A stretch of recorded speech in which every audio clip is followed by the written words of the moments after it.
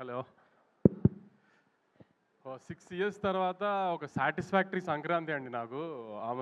అంటే last year కూడా చాలా పెద్ద హిట్ కానీ అనుకున్నంత సాటిస్ఫాక్షన్ లేదు డిస్ట్రిబ్యూటర్ సైడ్ నుంచి కానీ వీటి నుంచి కానీ. కొంచెం 100% సాటిస్ఫాక్షన్ ఉంటుంది కదా సినిమా హిట్ అయితే. లాస్ట్ ఇయర్ చాలా మంచి సినిమా తీసాము, చాలా టెక్నికల్గా స్ట్రాంగ్ సినిమా తీసాం, కానీ అంత సాటిస్ఫాక్షన్ లేదు. ఈసారి మాత్రం ఆఫ్టర్ 2020 అలవైకుంఠం బృందావన్ అంత సాటిస్ఫాక్టరీ సంక్రాంతి నాకు. దానికి ఇలాంటి సంక్రాంతి మళ్ళీ ఇచ్చినందుకు ఆడియన్స్కి ఐఎమ్ రియలీ గ్రేట్ఫుల్ అండి.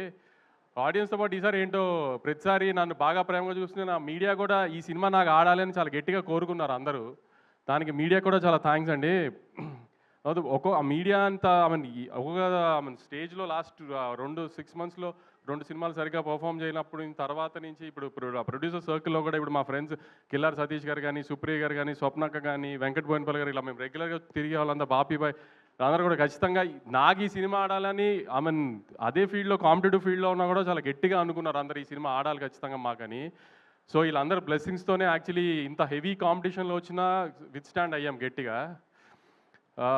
తర్వాత ఒక 72 hours నుంచి మా ఫ్యాన్ బాయ్స్ అంతా ఒకటే డ్యూటీ చేస్తున్నారు గ్రూపులు, సోషల్ మీడియా అంతా. ఫ్యాన్ బాయ్స్ అంటే నా ఫ్యాన్ బాయ్స్ అలా అనుకోకండి, ఎవరి ఫ్యాన్ బాయ్స్ మీ అందరికి బాగా తెలుసు. సో మా బాయ్స్ అందరికీ చాలా థ్యాంక్స్. అసలు 72 hours నుంచి కంటిన్యూస్గా డ్యూటీ చేస్తున్నారు. ఇంకొక 1 week 10 days ఇలానే సపోర్ట్ చేయండి. పెద్ద రెవెన్యూస్తో ఎండ్ అవ్వాలి. మీకు ఎలాంటి రిటర్న్ గిఫ్ట్ ఇవ్వాలి, ఎంత రేంజ్లో ఇవ్వాలి అనేది నాకు బాగా తెలుసు. త్వరలో అన్నీ అనౌన్స్ చేస్తాము.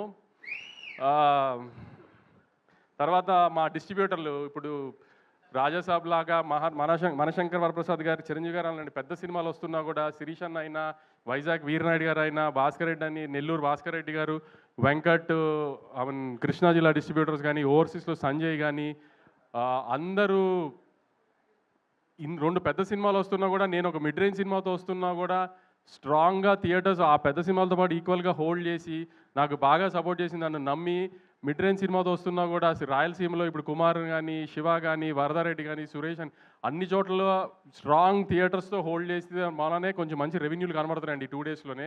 ఇప్పుడు మా హీరో కానీ, చిన్మయ్ కానీ, హీరోయిన్ అంతా ఎక్సైట్ అయిపోతున్నారు 41 crores గ్రాస్ అని. అదంతా మా డిస్ట్రిబ్యూటర్లు మిడ్ రేంజ్ సినిమాను కూడా అంత గట్టిగా నన్ను నవీని నమ్మి అన్ని థియేటర్స్ హోల్డ్ చేశారు. దానికి చాలా థ్యాంక్స్ అండి డిస్ట్రిబ్యూటర్స్ అందరికీ. సారీ, నేను యాక్చువల్లీ సంక్రాంతికి సినిమా వేసి కొట్టాలనేది ఒక నాకు ఈగో. ఎందుకంటే ప్రతి ప్రొడ్యూసర్కి ముందు సంక్రాంతికి సినిమా పడి హిట్ అవ్వాలి, దానికి డిస్ట్రిబ్యూటర్ కమిషన్ వస్తే అది పెద్ద హిట్ అయితే అది ఒక చిన్న ఈగో సాటిస్ఫాక్షన్ కదా. సో అది 2-3 మధ్యలో 2 సార్లు మిస్ఫైర్ అయినా ఈసారి దాన్ని 100% లేకపోతే 1000% సాటిస్ఫై చేసిన దానికి నాకు పూర్తిగా సపోర్ట్ చేసిన నవీన్కి వెరీ థ్యాంక్ఫుల్ యాక్చువల్లీ. ఎందుకంటే ఎప్పుడు సినిమా వచ్చి పోవటము, హిట్ అవ్వడం అని ఒక, కానీ సంక్రాంతి టైంలో వచ్చిన సినిమా ఇప్పుడు ఆడడం అనేది కొంచెము ఈగో ఫ్యాక్టర్ అయిపోతుంది ఎవరికైనా, ప్రొడ్యూసర్కైనా, డైరెక్టర్కైనా, హీరోకైనా అందరికి. ఎందుకంటే సంవత్సరం అంతా అది గుర్తుండదు సంక్రాంతికి వచ్చిన సినిమా అన్నట్టు లెక్కలో. సో అందుకని ఆ టైంలో హిట్ కొట్టడం అనేది చాలా ఇంపార్టెంట్ అందరికీ. సో నా ఈ 2026 జర్నీ సక్సెస్గా స్టార్ట్ అవ్వడానికి దానికి నాకు చాలా హెల్ప్ చేసిన నవీన్కి ఐఎమ్ రియలీ థ్యాంక్ఫుల్.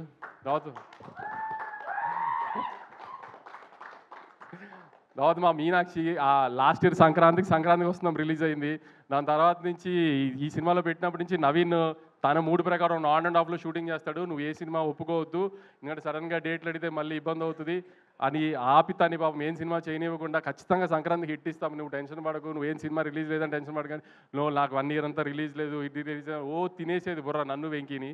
కానీ అలానే ముందు ఈ సినిమాని అదే 12th 13 చెప్పాను, అమ్మ తల్లి నీకోసం సినిమా లేకపోతే మా బుర్ర తినేస్తావు, సంవత్సరం అంతా రిలీజ్ లేదు ఇది అది అని.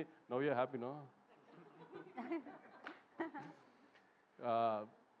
తర్వాత చిన్మయ్ మారి డైరెక్షన్ దగ్గర ఎక్కువ ఫీల్డ్లో ఉండేవాడు, కానీ క్రియేటివ్ స్పేస్లో సీన్ల దగ్గర ఇదంతా చిన్మయ్తోనే డిస్కస్ చేసేవాళ్ళు. ఏమైనా డౌట్ ఉన్నా ఏదైనా నవీన్తో పెట్టుకుంటే ఏదైనా డిస్కషన్ మొదలు పెడితే ఒక చిన్న బిట్ గురించి 2-3 గంటలు మాట్లాడతాడు. అంత ఓపిక ఉండేది కదా నాకు ఫోన్ పట్టుకుని మాట్లాడడానికి. అందుకని చిన్మయ్తో డిస్కస్ చేయాలి. చిన్మయ్ అని చిన్న చిన్న డౌట్లు ఉన్నా చిన్మయ్కి చెప్పి ఇది ఎడిటింగ్ కానీ లేకపోతే సీన్లో ఇది యాడ్ చేయడం కానీ ఇదే అని. Chinmay was very supportive last 1 year నుంచి. ఎందుకంటే నాకేం డౌట్ ఉన్నా తనకి చెప్పేవాడిని ఫస్ట్. సో ఆ సెన్స్లో ఆల్మోస్ట్ నాకు తను డైరెక్టర్ సినిమాకి. మారి ఎక్కువ ఫీల్డ్లో ఉండేవాడు, ఫీల్డ్లో పెద్ద నేను వెళ్ళి వాళ్ళని అడిగేదే ఉండదు కాబట్టి ఆవిడ్ రూమ్లో ఉన్నప్పుడు ఎక్కువ డౌట్లు తను అడిగేవాడిని. సో తను కూడా అసలు నేను అదే చెప్పాను, ఈ సినిమా హిట్ అయితే నేనే లాంచ్ చేస్తాను సినిమా, నేను డైరెక్టర్ కానీ.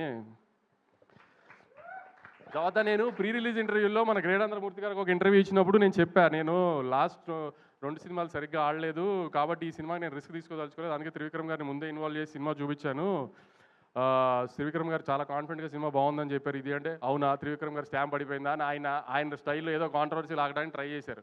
త్రివిక్రమ్ గారు సినిమా చూశారు, బాగుంది అని చెప్పారని నేను చెప్పిన తర్వాత త్రివిక్రమ్ గారు స్టాంప్ వేస్తే ఎలాంటి రిజల్ట్ ఉంటుందో చూశారు కదా ఇప్పుడు. సో మూర్తి గారు దాన్ని అడిగింది సెన్స్ వేరే సెన్స్లో అడిగారులే, కానీ నేను అంత కాన్ఫిడెంట్గా చెప్పాను. అందుకే త్రివిక్రమ్ గారు చూసింది చిన్న మేము అనుకున్నాయని చూసి త్రివిక్రమ్ గారికి లేదు ఖచ్చితంగా ప్రాబ్లం ఏం లేదు అనుకున్నాము అని చెప్పింది. అందుకే త్రివిక్రమ్ గారు స్టాంప్ వేస్తే నాకు అంత ధైర్యం సినిమా మీద.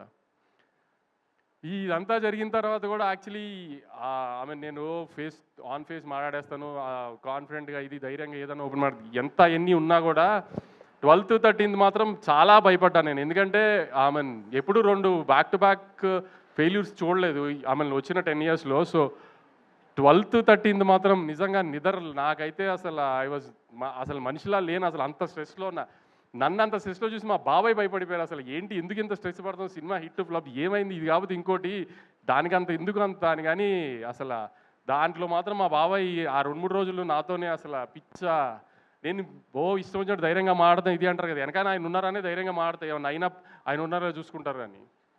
సో మీరు అందరూ అనుకుంటారు ఏదో సినిమా రిజల్ట్ హిట్ ఫ్లాప్, కానీ కొంతమందికి మాత్రం అది కొంచెం గట్టిగా తగులుతుంది హిట్ ఫ్లాప్లు. అలాంటి దానికే కొంచెం ఎక్కువ స్ట్రెస్ అవుతాం. సో ఆ స్ట్రెస్ నుంచి ఇప్పుడు మొహంలో మీరు 13th రోజున ప్రెస్ మీట్కి ఇవాళ ప్రెస్ మీట్కి మొహంలో తేడా తెలుస్తుంది మీకే అబ్జర్వ్ చేస్తే.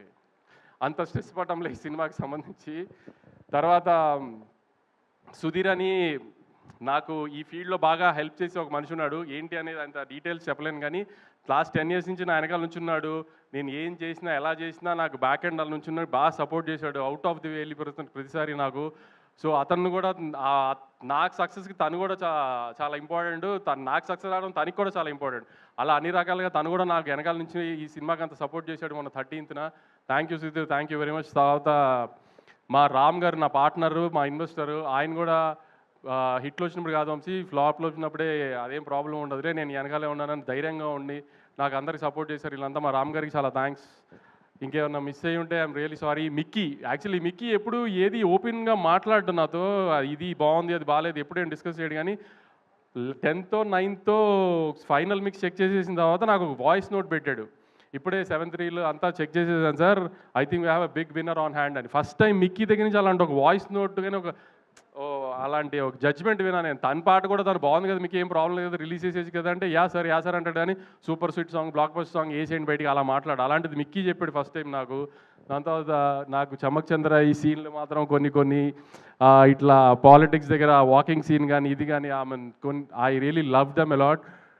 యువరాజ్ మీకు ముందే చెప్పాను, నా గుడ్ లక్ చామ్ యువరాజ్తో నాకు 2 కమర్షియల్ బ్లాక్ బస్టర్స్, ఇది రెండోది. ఇంకా తర్వాత మా టీమ్ మురళి కానీ నాని కానీ విఎంఆర్ కానీ నన్ను హింస పెట్టడానికి, నాకు సక్సెస్ వచ్చిన ఎంజాయ్ చేయడానికి అన్నిటికీ 12th 13th నేను పడిన హింసల్లో నన్ను ఇంకా హింస పెట్టడానికి మ్యాక్సిమం ట్రై చేశారు వాళ్ళందరికీ కూడా చాలా థ్యాంక్స్. ఇంకా సందీప్కి, వేణుగోపాల్కి, వంశీకాకాకి వీళ్ళందరూ బ్యాక్ ఎండ్ నుండి 5 సినిమాలు వస్తున్నప్పుడు సినిమాని జనాల్లోకి తీసుకెళ్ళి ప్రమోట్ చేయడం కూడా చాలా కష్టం. అలాంటి టైంలో కూడా వీళ్ళందరూ కొంచెం డే నైట్ ఉండి సినిమాని జనాల్లోకి మ్యాక్సిమం తీసుకెళ్ళడానికి ట్రై చేసాం. ఎందుకంటే ఆల్రెడీ ఒక పెద్ద సినిమా మార్కెట్లో హెవీగా వెళ్ళిపోయిన తర్వాత వచ్చి ఒక మిడ్ రేంజ్ సినిమాని కూడా జనాల్లోకి తీసుకెళ్ళి జనాలకి ఆ సినిమా వచ్చింది అది బాగుంది అని తెలిసేటట్టు చేసి దానికి టికెట్లు కొనాలి అంటే ఆ సినిమా టాక్తో పాటు దాన్ని జనాల్లోకి తీసుకెళ్ళడం ఎంత ఇంపార్టెంటో దానికి మా ముగ్గురు డిజిటల్ మీడియా కానీ, సందీప్ కానీ, పిఆర్ వేణుగోపాల్ గారు కానీ, వంశీకాక కానీ చాలా ఎఫర్ట్ పెట్టారు.